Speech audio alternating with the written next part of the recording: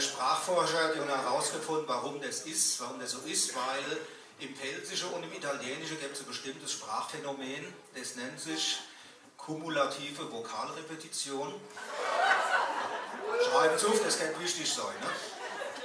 Nicht zu verwechseln mit der repetitiven Vokalkumulation, nein, sondern kumulative Vokalrepetition. Es ist ganz einfach, dass die Vokale in beide Sprachen gehäuft und wiederholt vorkommen. Ne? Vokale, ihr wisst, was das ist, ja, die Selbstlaute im Alphabet A, E, I, O, U. Wie heißen die anderen Buchstaben? Kosmonaute, ganz genau. Okay. Und jetzt ein Lied, wo man merkt, wer Italienisch, das Lied heißt Di Dado vado di Dado.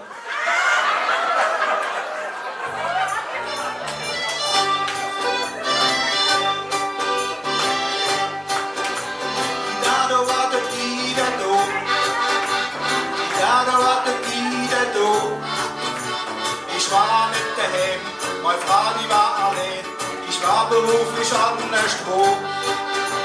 Die Dado war der Didado, die Dado war der Didado. Ich weiß nicht warum, war der Didado kommt, ich hab ihm doch gesagt, ich wär nicht tot. Die Dado war der Didado, die Dado war der Didado. Der Doktor ist an mir, der hat nicht gesehen, der sagt, er war der ganze oben da.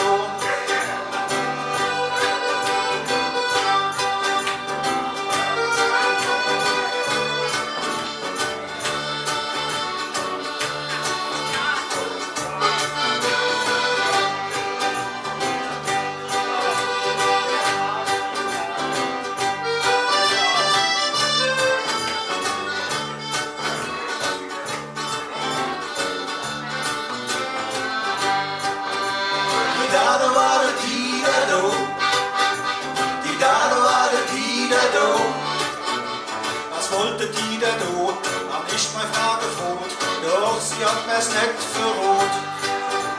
Die Dado war der Didado, die Dado war der Didado. Was hat er in der Nacht bei mir daheim gemacht? Das ist es, was ich mich jetzt froh. Ich weiß es nicht, ich weiß es nicht, ich weiß es nicht, ich weiß es nicht.